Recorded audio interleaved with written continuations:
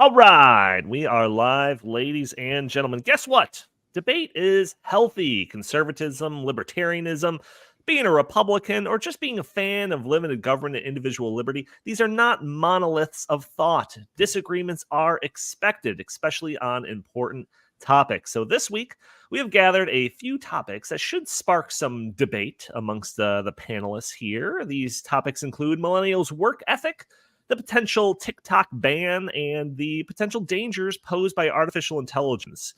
We're going to be talking about all of these issues. Feel free to jump in the comments, voice your opinions. I want this to be a big, open discussion. We're talking about all this and more on episode 440 of the In the Tank podcast.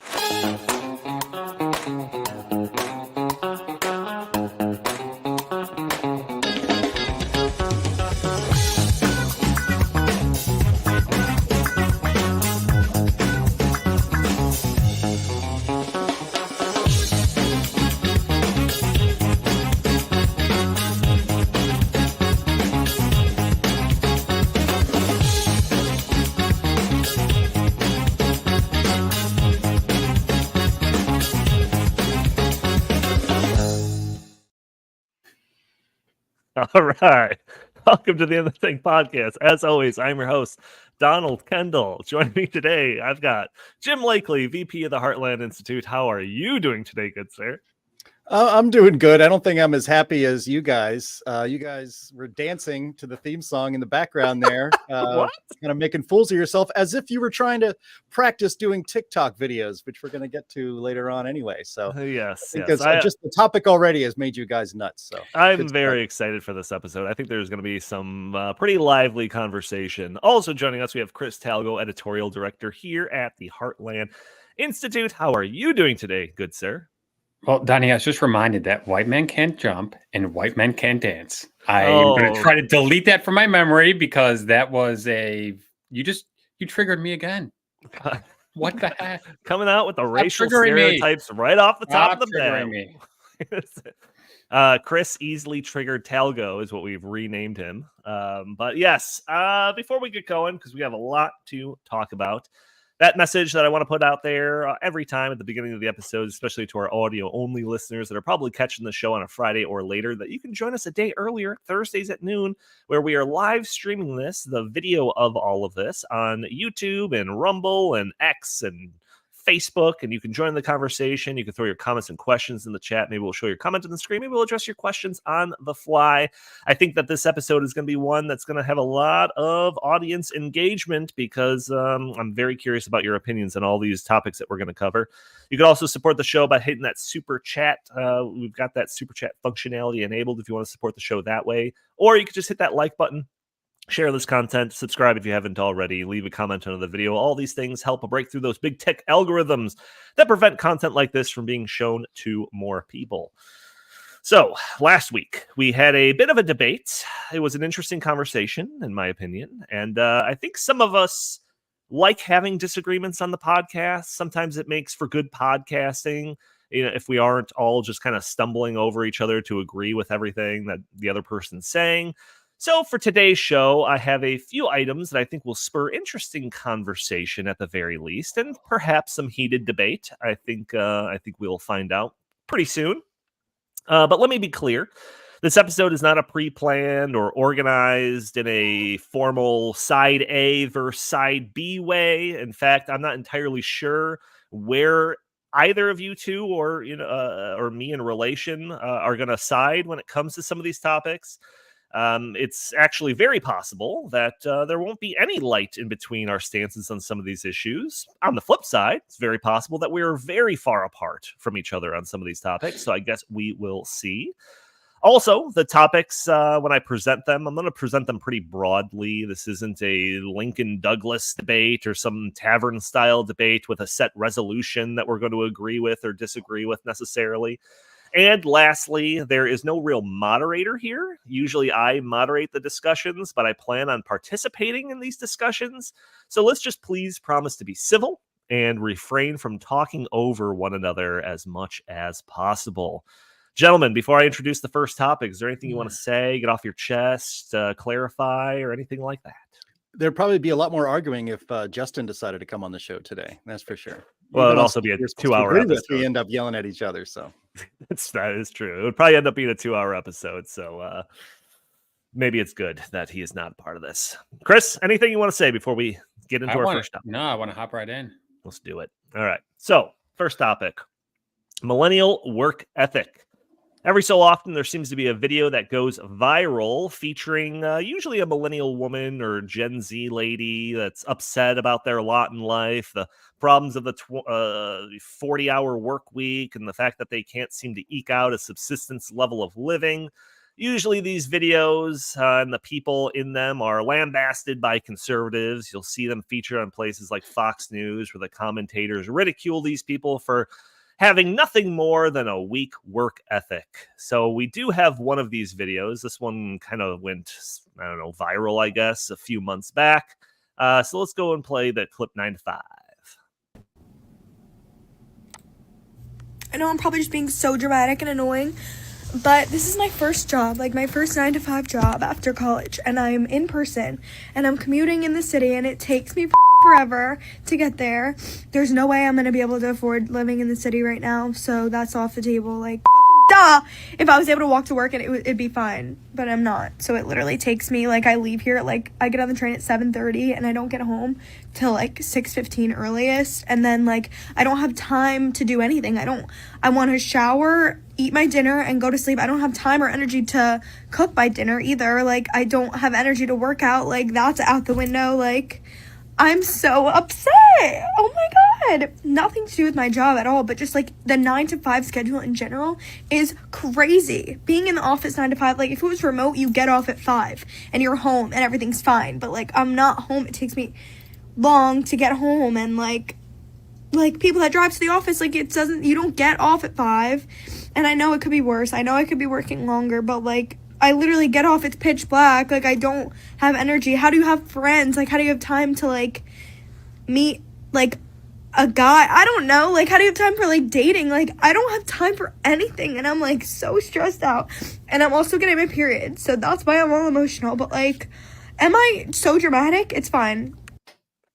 So Jim, first off, it's not even just conservatives that take part in the ridicule. We do have a clip of Whoopi Goldberg, who made news recently for taking millennials to task over some of these same ideas. And we have that video too, but maybe we could play it a little bit later because it does kind of cover some of the discussion that I think that we're going to have naturally. So maybe we'll save that for later. But Jim, I want to go to you first because this is... I don't want to be accused of setting up a straw man in how I introduced all of this topic. So feel free to clarify anything that I had to say on this topic and take your first swing and your stance on all this. Well, I mean, I think there's just so many layers to that. I mean, first of all, it's a TikTok video. And so, you know, this is a young woman and there's a whole generation who thinks it's a good idea to just publicly rant or share your problems in your life. And maybe the reason for doing that is because they think that will help them with their stress, or I don't know. It seems bizarre. I mean, we all gripe, we all have complaints, and we usually gripe and complain to our friends in person or maybe even text them, or it's in a small group of people. But just this kind of new phenomenon of broadcasting for everyone. Your gripes or complaints. And what happens is that when your gripes or complaints seem kind of silly, or in this case, she's complaining that she's got to work. She has to go to work. She has to commute to work. And that, she works 9 to 5 and she has to go in. She doesn't get to work remote, apparently, even a couple of days a week. And this young woman lives in, I believe, I remember when this video first came out, it was back in October. It kind of blew up on social media. So people were talking about it, and they, I think she lives in New Jersey and commutes into New York City and back. Of course she can't afford an apartment in New York, certainly not in Manhattan. If she works in Manhattan, just about everybody commutes into work like that. It's expensive to live in a city. You can make other choices. You can live in a cheaper city. You can live out in the suburbs. You can move to a state like Kansas and maybe work somewhere else and do something else. You can find remote work. It's just this idea, and this where we're getting into. I don't even know if she's actually millennial. She's probably more Gen Z, but it's those two younger generations than me, which is Generation X, that seem to have.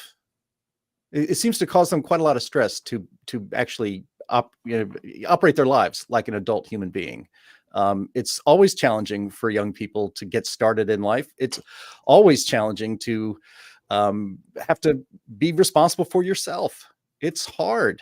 Life's hard, as Candace Owens once she was asked about this sort of thing, and she goes, life's tough. Get a helmet. I don't know what to tell you. And I think that applies to a lot of these people that, seem to have a problem, as they call it, adulting. I hate that word, but it's the term adulting, and it's a meaningful word these days, unfortunately. Yeah, I want to respond to some of those things, but before I do, Chris, I want to know kind of your take on this video and this kind of larger concept in general. Yeah, I mean, I agree with Jim, but I'm going to go more to the substance. I think that this is really the consequences of a generation that's been completely entitled, coddled. Everybody gets the trophies, just leading to a huge problem with arrested development. And like Jim said, they just don't want to grow up. And then I also think back to when I was her age and just graduated college and working. Geez, I at one point had 3 jobs, and it was like there was no time to do anything other than work. Because back in those days, in the early 2000s, when I graduated college and began my work career, you had to prove yourself, and it was like a dog eat dog world, and it was whoever is going to work the hardest, and that was one way that they funneled out people who were not really going to be hard, productive, dedicated workers. So to me, that entire notion of you got to pay your dues, you got to start at the bottom, and work your way to the top has been eliminated, and they just think that they're supposed to start, at the top, and supposed to have a cushy job and make a ton of money, and life should just be smooth sailing right after college. It's not the way it is. It's not the way it was. And then it also makes me think back, how about 100 years ago when people were actually, doing manual labor for like 14, 15 hours a day, and it was really actually tough. She probably gets to go sit in a chair and look at a computer in an air-conditioned office. She probably has 0 discomforts other than the fact that she has to wake up at 7:30. Oh, geez. And then she gets home at 6:15. Oh, geez. And she doesn't have time to work out. Well, if you want to work out, wake up earlier. I mean, come on. I wake up super early and work out before I come to work. I mean, I've been doing it my whole life. It's just, life is also about sacrifices. If you're unwilling to make sacrifices, it's going to be really tough. So you can't have it all. So just to address a couple of things, just off the bat, Jim, you started off talking about this idea, this new kind of thing about people kind of griping on TikTok and all of that. I that is something that I will not defend. I think that is a terrible issue. I've said for a while that social media has facilitated an environment where people are having these private conversations or seeking help from a million strangers when in fact they should be talking to 2 friends or something like that. So I will definitely not defend that. That is probably an issue that's going to relate to our secondary topic about TikTok, but put that to a side for now. But I do want to say that I've been wanting to talk about this topic for a while. Jim suggested talking about this video months ago, and I objected, basically saying that I'm sympathetic to her and others like her, and I don't want to just like pull up this video just to dunk on her like the Whoopi Goldberg video that we still might show a little bit later. And I'm sympathetic because I do think the economy is worsening, and I do think that the expected standard of living is decreasing over the last couple of generations. So using Bureau of Labor statistics and research done by the American Enterprise Institute, the inflation-adjusted costs of all sorts of things have skyrocketed for a while now, but definitely over the past 20 years. Andy, I'm going to send you a link if you want to show this.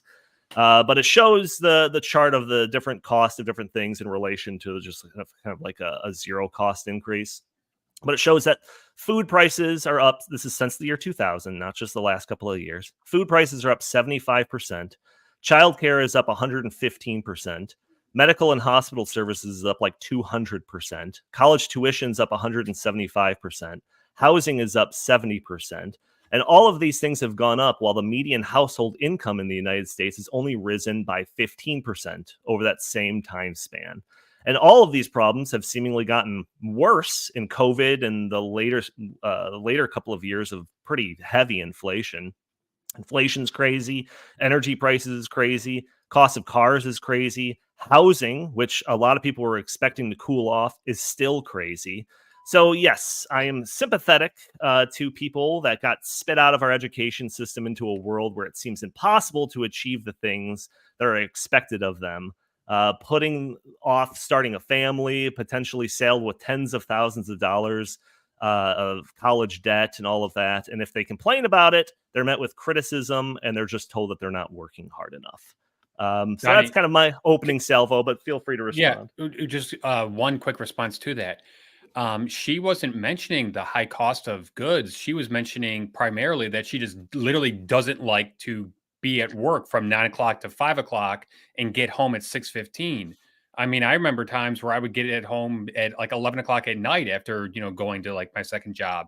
So it's not that she's sitting there saying, oh, gee, I'm willing to work so hard, but it's not that I can get ahead of ahead and, have like a nice like life. Actually, if you look at the background, if that's her apartment or her house or whatever, she looks like she's living a pretty decent lifestyle. Her number one complaint was, I literally don't want to be in an office for 8 hours and I don't want to get home at 6 o'clock and I want to just be able to quote unquote have more fun. So I don't really think that she was making the argument that you're making.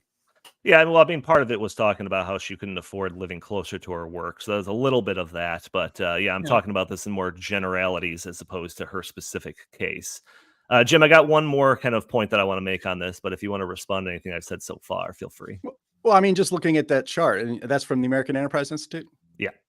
Okay. Almost all the things on the north side of that chart, and the chart is a little bit... maybe a little bit deceiving because if you look at the food and beverage and the housing, I mean, that's really gone up, since 2020 or basically started in 2021, huge increases, especially with food. That's Bidenflation, man. That was a government decision that made that worse than it was already trending. But college tuition and fees, that's a government problem. I mean, universal, everybody guaranteeing student loans. I mean, that's the oldest scam going. It was a scam when I was in college in the late 80s and early 90s, and it's only gotten a lot worse because when government guarantees these loans, the tuitions go up, all the services, the expenses all go up in college because they know it's going to be covered no matter what. College textbooks has always been a scam. From way back in the 70s, that was a big scam. And then medical care and services and all that stuff. I mean, how much of that is government's fault? Subsidized Obamacare. Yeah. I mean, almost everything on the north side of that ledger is a government exasperated problem. Whereas if you look down below the things that are in the blue lines, the government has almost no involvement in any of those products and services and economic indicators. So, that's what I take from the chart. That is great. And I'm glad that you explained that because part of my next thing was explaining all of that. Because like my biggest issue with all of this is that, conservatives seem to interpret videos like that one as like a supposed indictment of capitalism or something. Like the girl crying is secretly trying to promote socialism or something like that. And you couple that with the fact that conservatives, including me, I'll put myself into this, have been complaining about how the government is creating undue burden on the economy for generations, whether it's high taxes, burdensome regulations, poor fiscal policy, money printing that results in inflation, even policies that directly lead to the prices going up off of those things, like Jim just mentioned a handful of those. Government actions that make healthcare go up, government actions that make house prices go up, government action that makes college tuition go up. And then when someone says, all of this stuff is terrible, I'm struggling to get by, we slap them down and say, suck it up, work harder. Like, I just don't understand how these like two worldviews fit together. Like, are we acknowledging that like the government and everything is making things worse? And then when someone says, yeah, things seem worse, we're like, no, you're just not working hard enough. Well, but Donnie, I think that goes back to what I was originally saying. It's not that her primary argument is not that, hey, the cost of living is going up and I'm willing to, do everything I can to, to remain prosperous. I think that her core message is that she's extremely lazy and just doesn't want to work that, that hard and just expects to be given things. So I would actually say that this is probably a government/cultural influence upon her, which, I think that's been happening for the past decade in much more than it was when I was growing up, where, now you're just, now there are a big portion of Americans who think I should just get things for free, whether it's from the government or from others.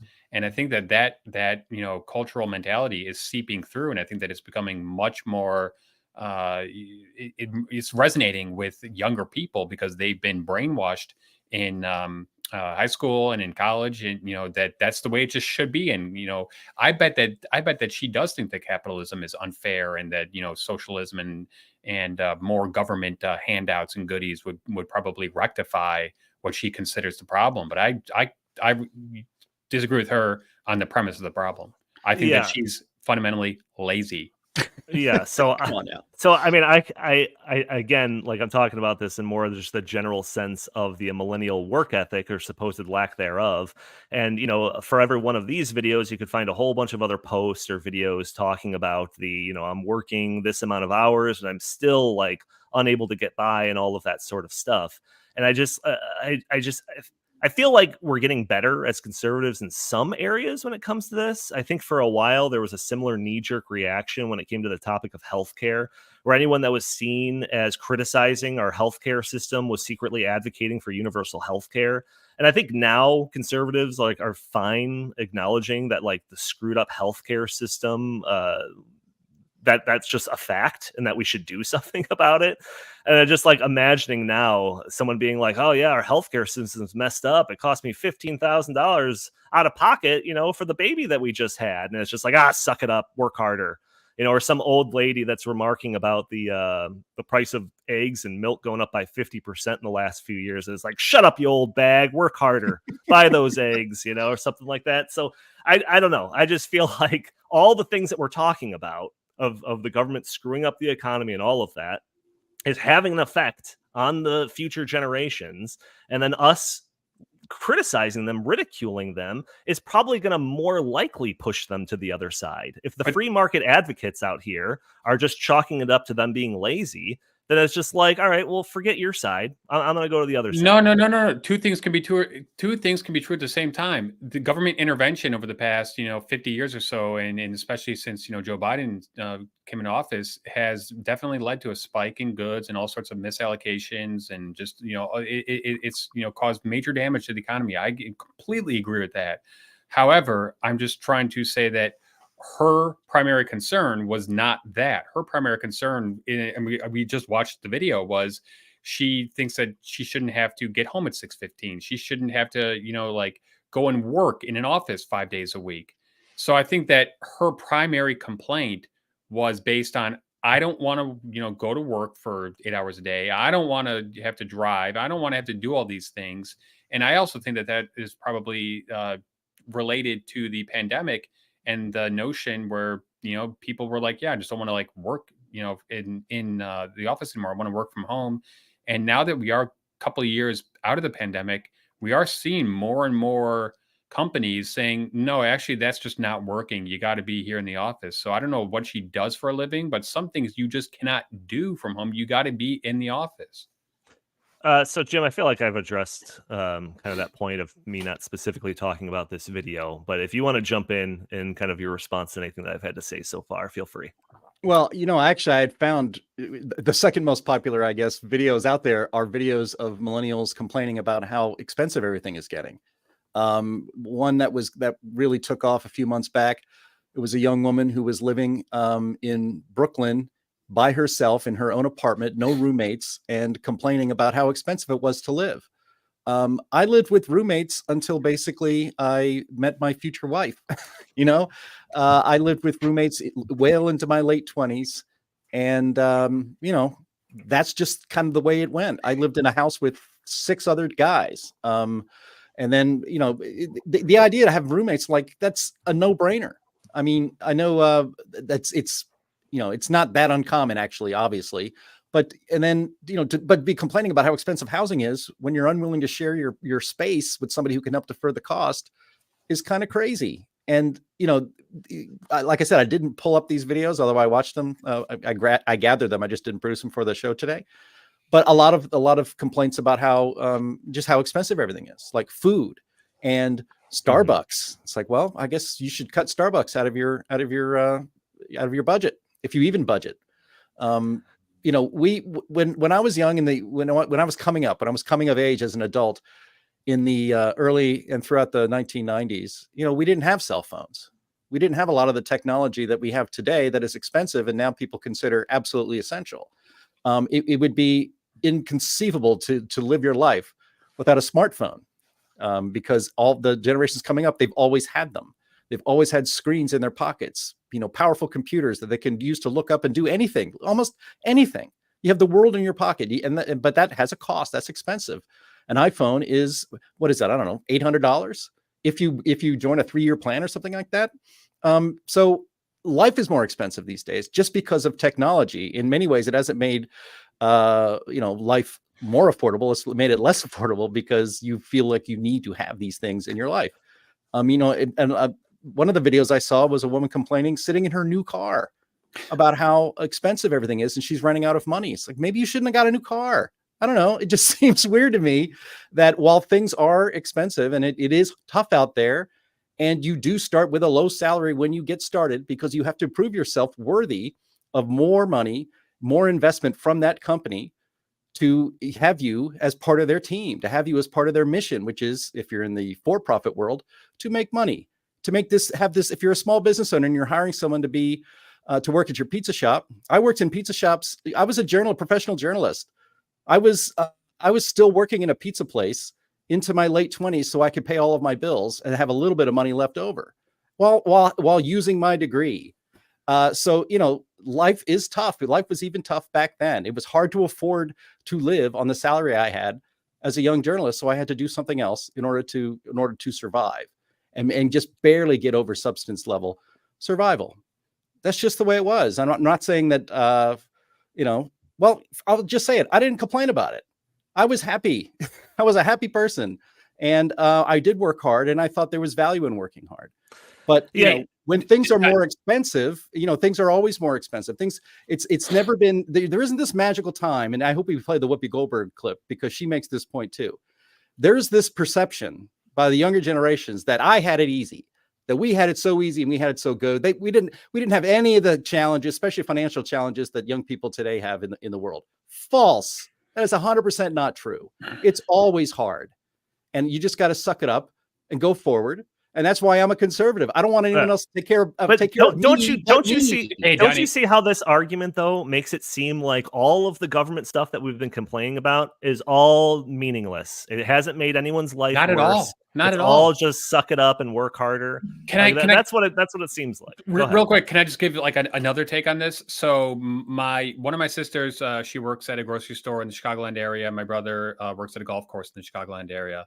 Last year, I can tell you that my brother, he had so many employees, millennials and Gen Zs and, you know, like of that nature, just quit, or not show up for work.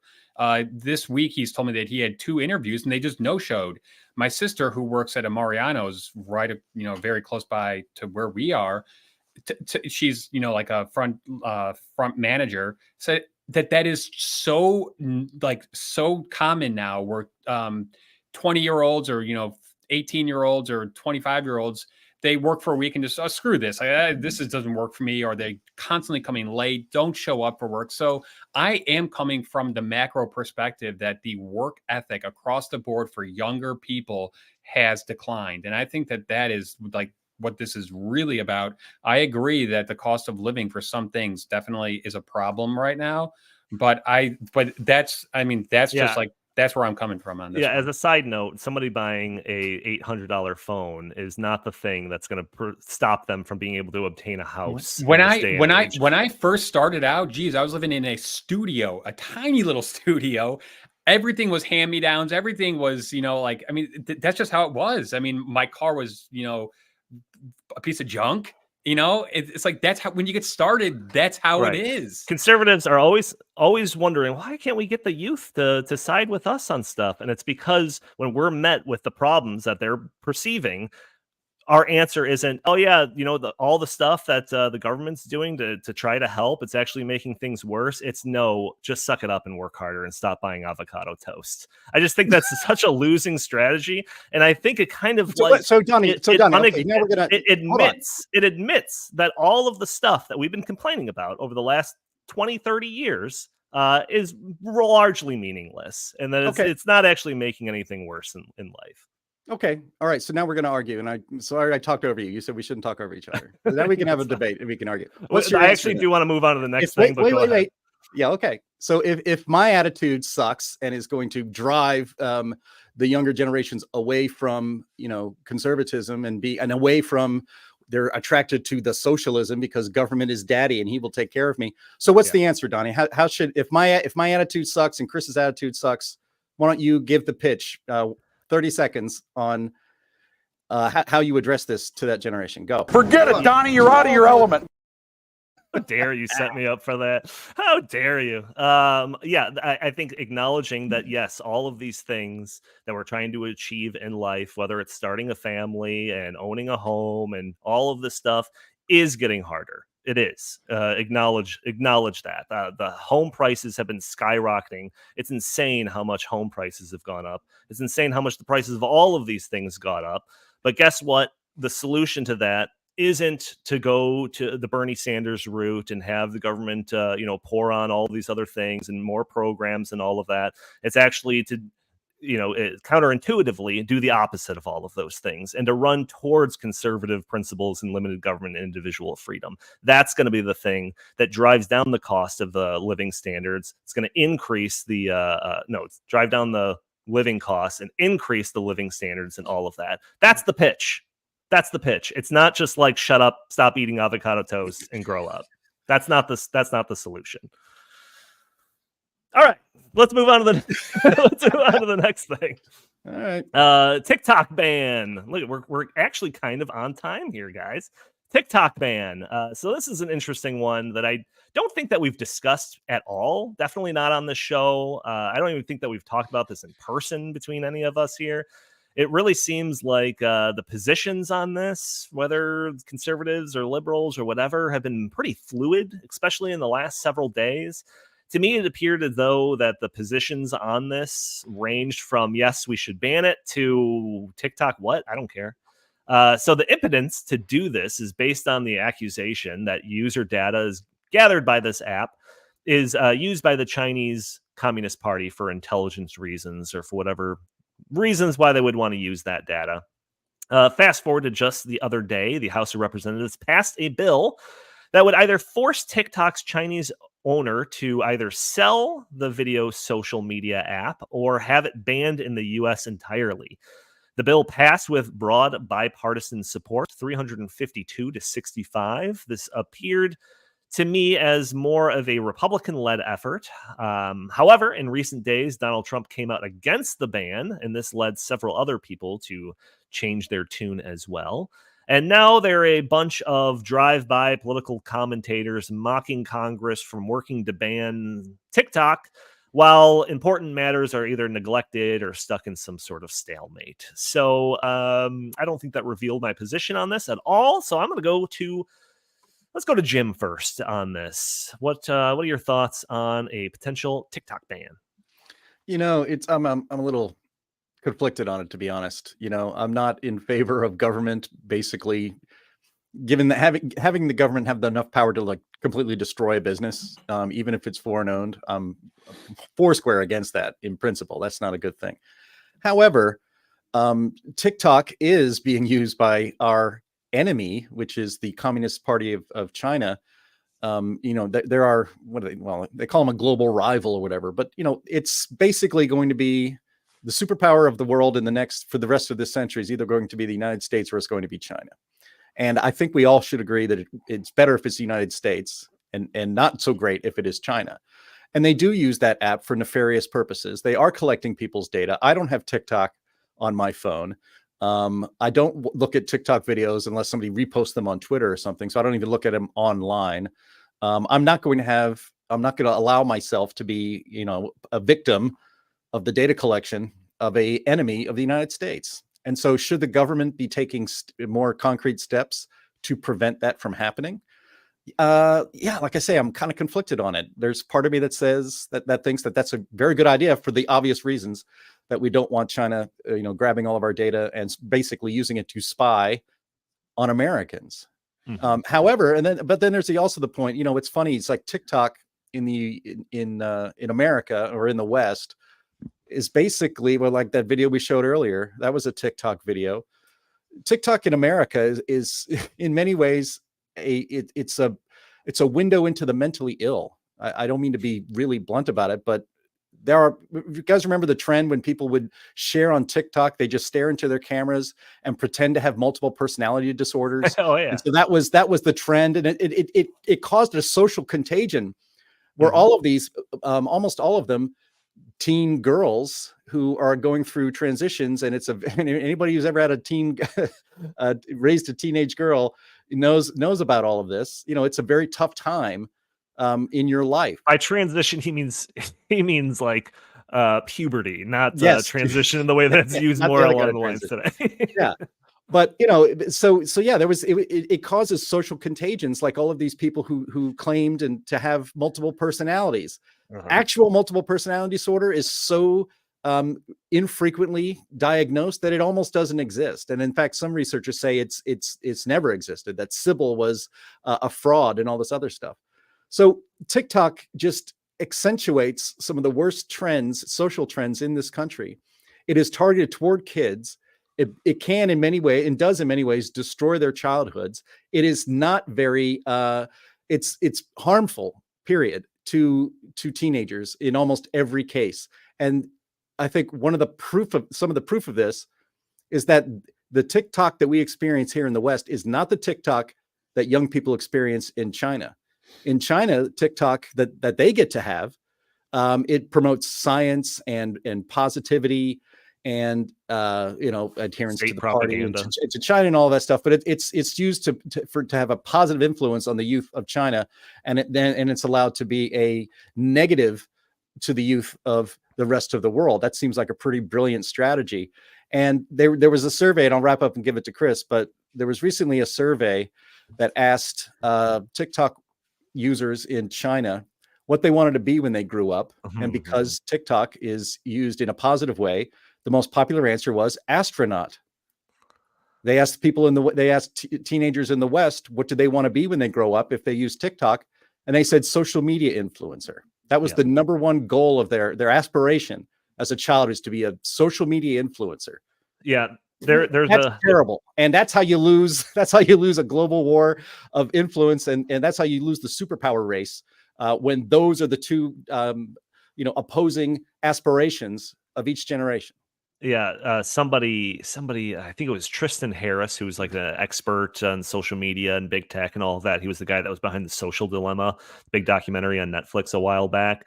He referred to the difference between the Chinese version of TikTok and the American version of TikTok is it's like spinach in China as opposed to like morphine in the United States or something along those lines. Chris, I do have a lot to say about TikTok, but I want to see what your thoughts are before I have anything. Oh man, this one's tough. I'm conflicted just like Jim. I mean, I understand the argument that's being peddled that says that, hey, this is vacuuming up data and sending it straight to the CCP. And it's not just what's happening on TikTok. TikTok, the app, as far as I know, means that they can they have access to all your searches, keyboard strokes, GPS, like everything. So by even having the app on your phone, you are basically just giving all your data to the Chinese Communist Party that could be used against, America in some form or fashion. I get that part of it. I also get the other side. Rand Paul made a pretty good argument about this, and others, the free speech side of this, and the slippery slope argument, where hey, if it's TikTok today, maybe it's X tomorrow, and who knows what it is. 2 weeks from that or 10 years from that. So there's that aspect of it. I think by and large, TikTok is poison for America's youth. I don't have any social media presence, but I know a lot of people who do, and it just seems to me that it's making them more depressed, more anxious, and it's not really, doing any good. And lastly, this has been one of the big arguments is that, speaking of millennials again and Gen Zers and such, they get most of their news from TikTok. Mm-hmm. So if the Chinese Communist Party controls the algorithm and they are able to put, news in front of people that's, in their best interest and not in our best interest, that's a potential humongous problem as well. So it's not just the silly videos, the dances and, that kind of stuff. It's the fact that TikTok has become the primary news source for, young Americans.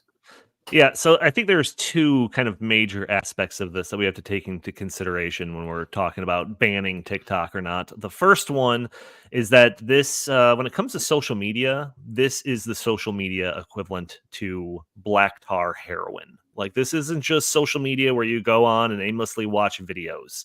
Like, this stuff is basically weaponized. I went into a deep dive in this last night researching for this episode, and it is astonishing how involved the algorithms are for the content selection for their users and stuff. So I think people should be pretty familiar with the idea of a recommendation engine. This is seen on a lot of things nowadays. Netflix would be a good example of it. You turn it on, they have a recommended feed based on the content that you've watched. Hey, you might like this movie too. There's that. That's kind of standard in pretty much all tech, all social media nowadays.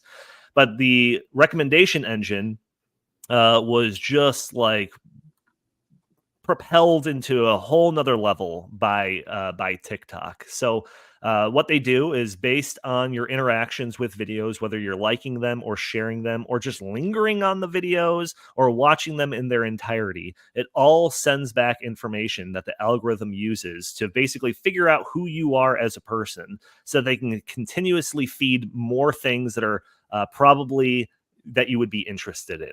So, a person that's into animals will be shown more animal videos. A person that's into sports will be shown more sports videos.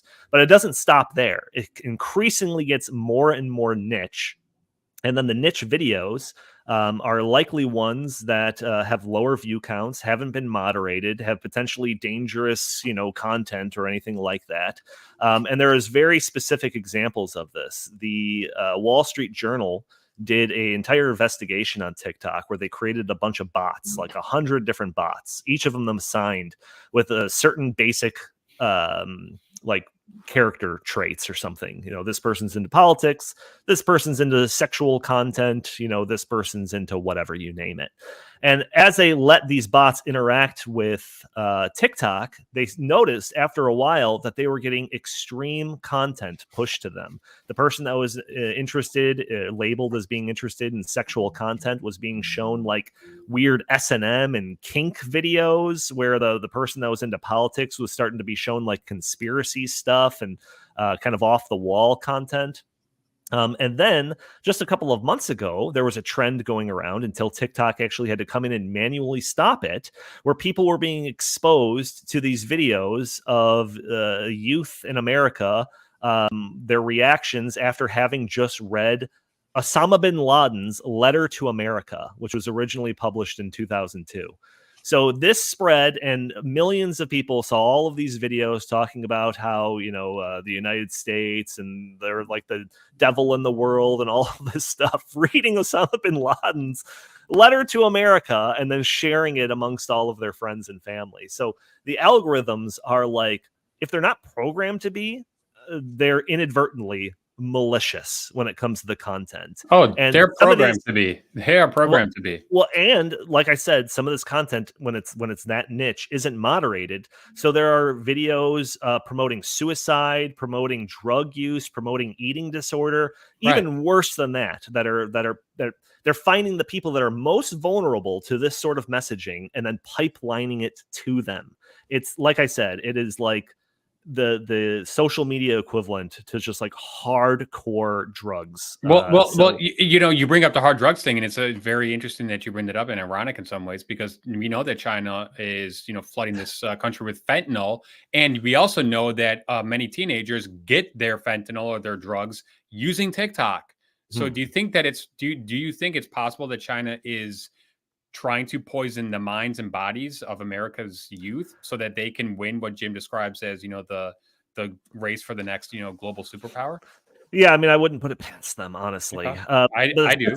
The second main part, and I'll reopen it to you guys. The second main part is the area that Jim kind of covered already. That this is basically Chinese Communist Party spyware. The data that's being collected from you for all of those reasons that I mentioned to create the recommendations that creates a profile of who you are is used by Chinese intelligence for whatever reason that they see fit. Additional information that's collected include, and this is just reading from their terms of service. This isn't me just getting secondhand information. This is going into their terms of service and seeing what type of information that they collect. Includes, but is not limited to, your IP address, geolocation, unique device identifiers, browsing and search histories, your screen resolution and operating systems, app and file names and types, keystroke patterns, and in some cases, even precise GPS information can be collected off of your phone. It's so compromising that the U.S. government has already banned the app on federal employees' government-issued phones. So for all of those reasons, I think it is very clear to say that like TikTok in general is a net negative for society. But again, it's still whether or not you want to open the door for government to come in and squash it with their big ban hammer. I think that's kind of the debate. Two other super quick things, and I'll let Jim chime in here. The Chinese Communist Party does not allow any US-based social media platforms to operate in their country. Okay, so that's interesting in and of itself. That is interesting. Yeah, and when TikTok got light that the House was going to vote on this, guess what they did? They went to their users and said, flood Congress with calls or you can't access your account. Tens of thousands of them did just that. And some of them threatened to kill Congress members who voted for this bill. Some of them said that without TikTok, they'll commit suicide. So what if China then says, wow, this is a great propaganda tool, a way for us to shape American, thought in the direction we want it to go. And in a year from now or 5 years from now, when it's, ready to take over Taiwan and it says, and it just starts putting out, propaganda via TikTok to American youth saying, actually, Taiwan really was always a part of China, blah, blah, blah, blah, blah. Make sure, you support, their reunification efforts and all that kind of stuff. So do you want to have, our main adversary have the ability to blanket our country with propaganda? I don't think so. So, I mean, that's where I do come into the realm of, we need to play hardball with China, and it's not just this; it's the intellectual property stealing, all this stuff, the spy balloons, just all this stuff. China, obviously does not respect the United States right now. I think we need to play hardball with China. Jim, last words on this, and I want to go into AI.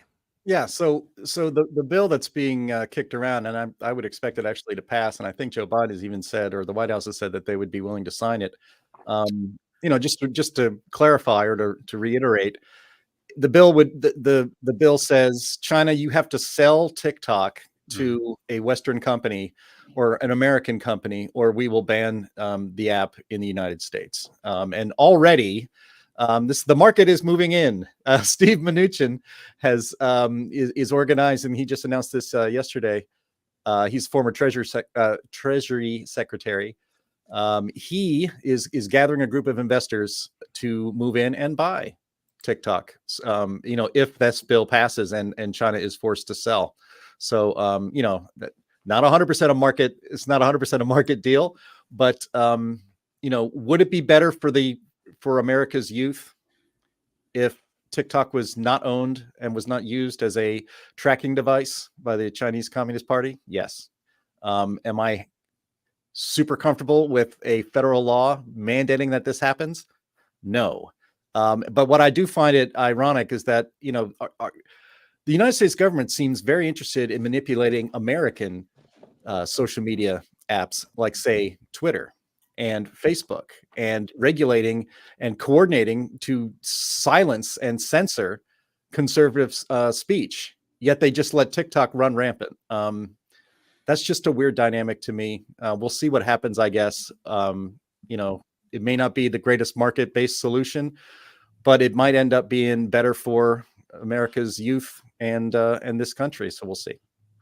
Yeah, no, very, very interesting, very kind of complex, tests out your worldview and ideologies when it comes to some of the stuff and the role of government. To be sure, I think this next topic pushes that limit even further, and that is the potential dangers of artificial intelligence. So this is a super interesting one. There's been a lot of attention paid to artificial intelligence since basically the release of ChatGPT 3 back in November of 2022. I contributed to the Glenn Beck and Justin's book, A Dark Future, which covers many aspects of this sort of emerging technology and others. Plenty others have sounded the alarm over the potential risks of a very advanced artificial intelligence. Most recently, though, a report has been produced, commissioned by the U.S. State Department, on the potential threats of artificial intelligence. The report, titled An Action Plan to Increase the Safety and Security of Advanced Artificial Intelligence, starts off talking about how these AI products are quickly advancing, how companies on the frontiers of this industry are clamoring over each other to advance it the fastest. The report talks about how they're all racing towards artificial general intelligence. This is a level of advanced artificial intelligence that puts it on par with the intelligence of humanity itself. It also discusses how AI safety workers at some of these firms are concerned that safety is taking a backseat to innovation, and the paper echoes fears about a potential extinction-level threat posed by artificial intelligence.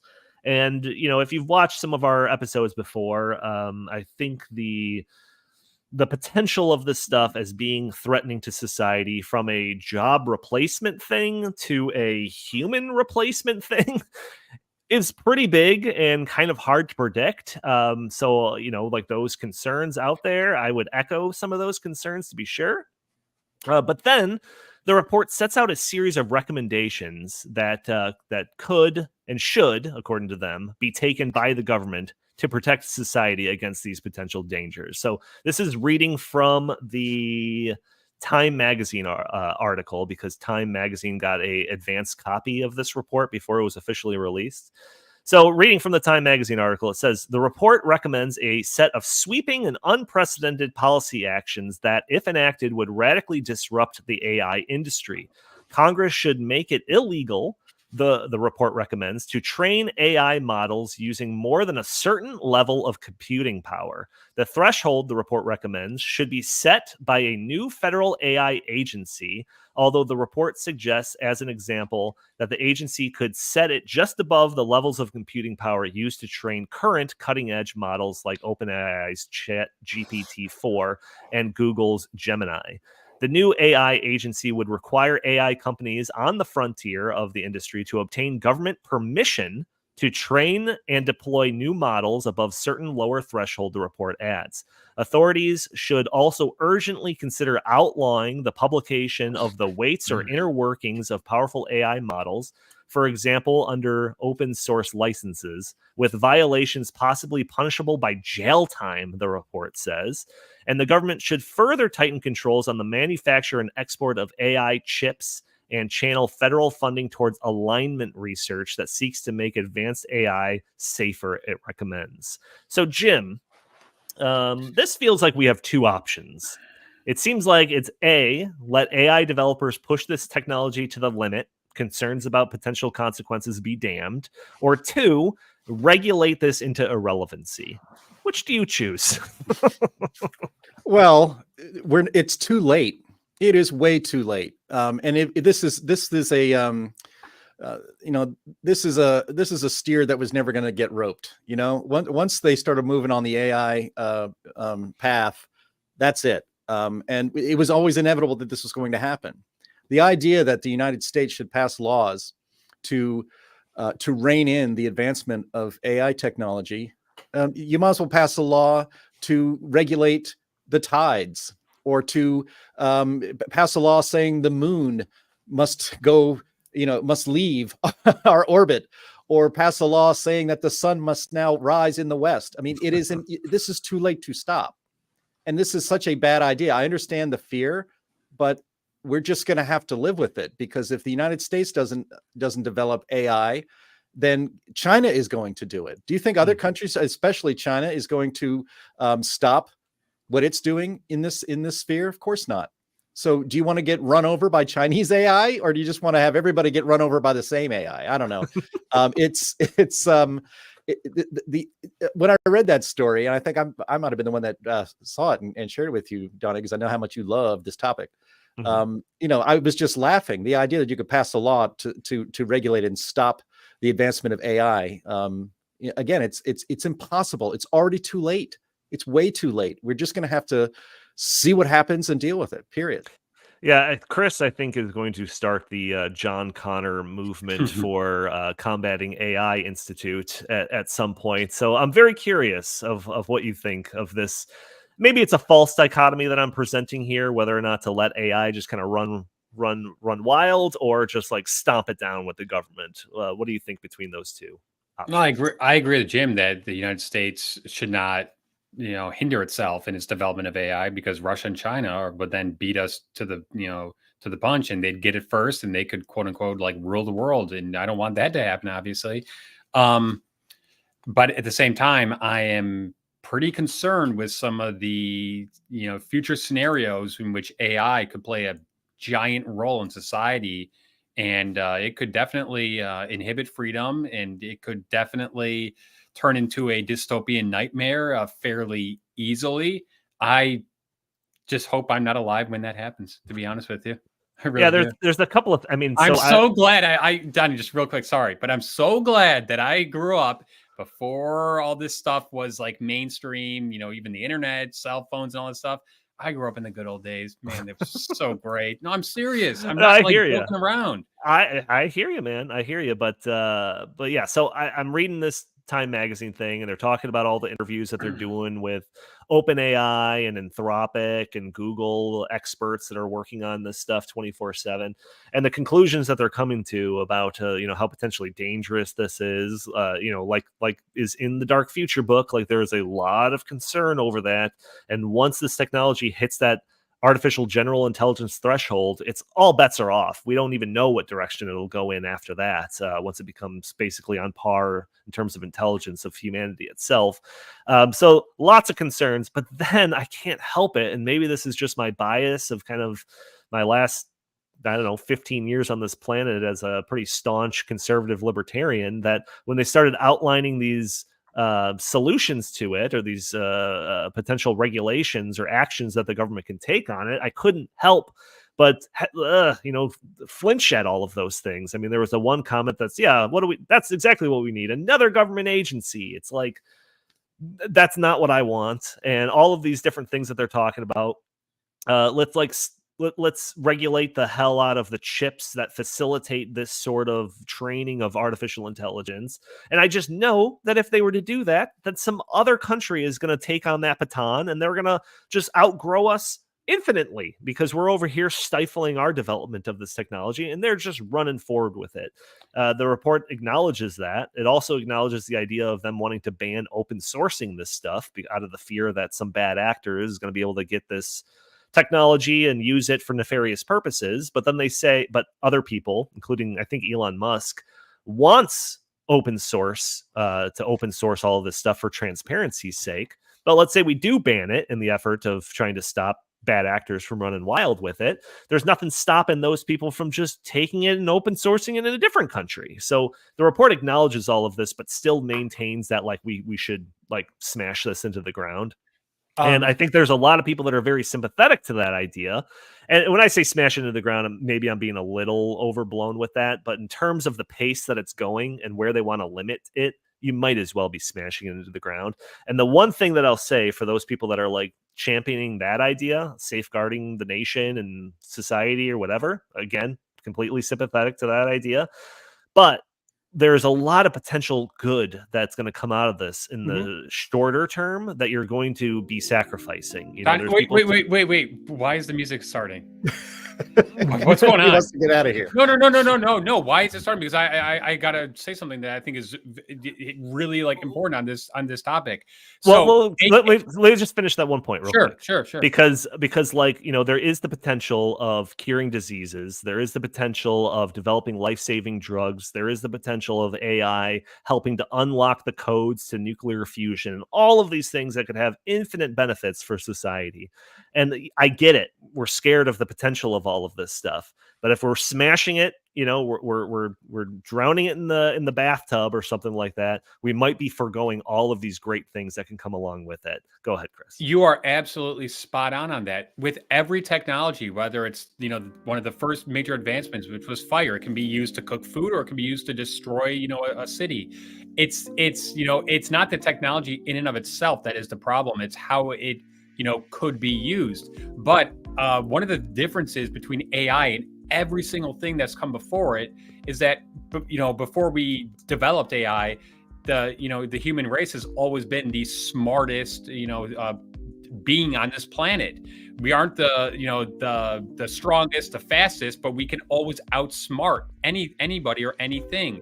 If we develop a new form of life that is incredibly, you know, potentially smarter than us, that could go haywire really fast. So, gee, you know, it's such a difficult thing, because if you say, fine, yeah, AI is great, you know, we can use it to diagnose, you know, cancer and, you know, in patients and all that kind of stuff. Yes, but there's also that dark side, that other side to it. It can be used to make a you know, something that would make COVID-19 look like nothing. So sure, right. It of course has its good and bads, but I think really what it boils down to is, in the hands of the people who you know, control it or who, you know, have developed it, what are their goals? What are their objectives? What are they trying to achieve? And it's like that makes it a giant question mark. This goes back to, you know, atomic energy at the brink of World War II. It can be used to create energy, clean energy, or it can be used, like, you know, the Nazis wanted to do, to destroy worlds. So what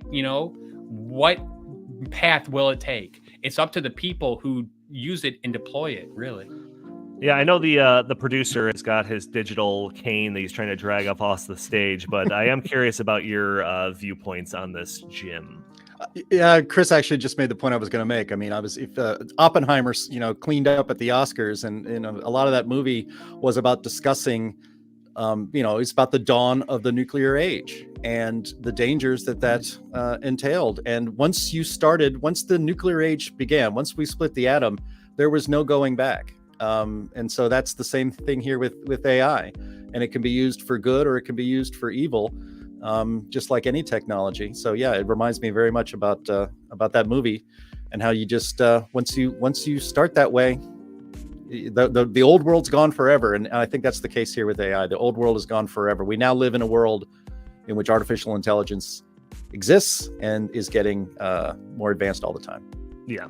Very interesting topic. I think it's going to be a topic that's going to be a topic of discussion increasingly.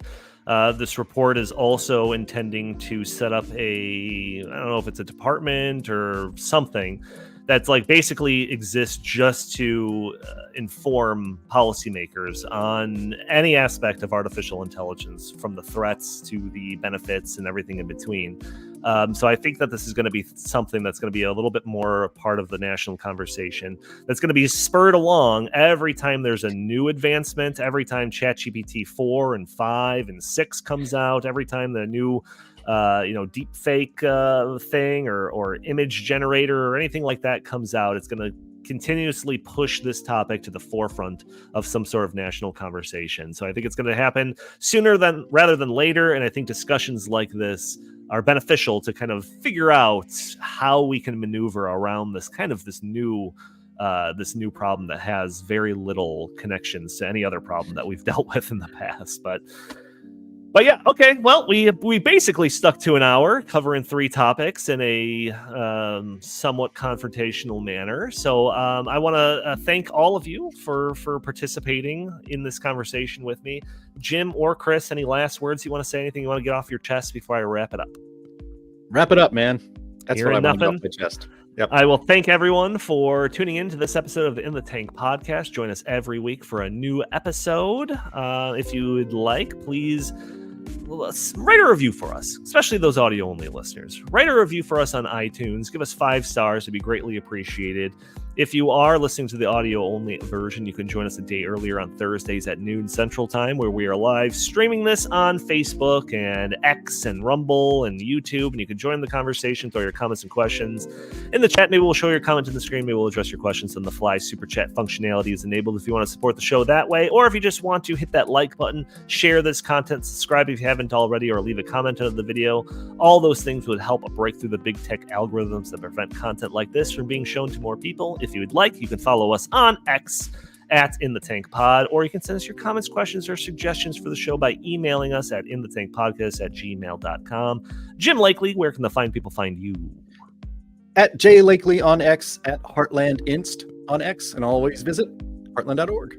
Fantastic. And Chris Talgo, what do you have to pitch today? Well, if you liked this debate, I think you should all come to Heartland Institute on March 21st for a tavern debate about basically the future of America. And we will be there in person, and it's going to be a great time. Yeah, that is right. Always got to pitch more Heartland content. If you want more live streams like this, join us next week, Thursday at noon, same time, same place. Or you can tune in to Heartland's main channel on YouTube and Rumble for the Climate Realism Show, which is broadcast every Friday at noon Central Time. So, having said that, I want to thank you all for joining us. We'll talk to you next week.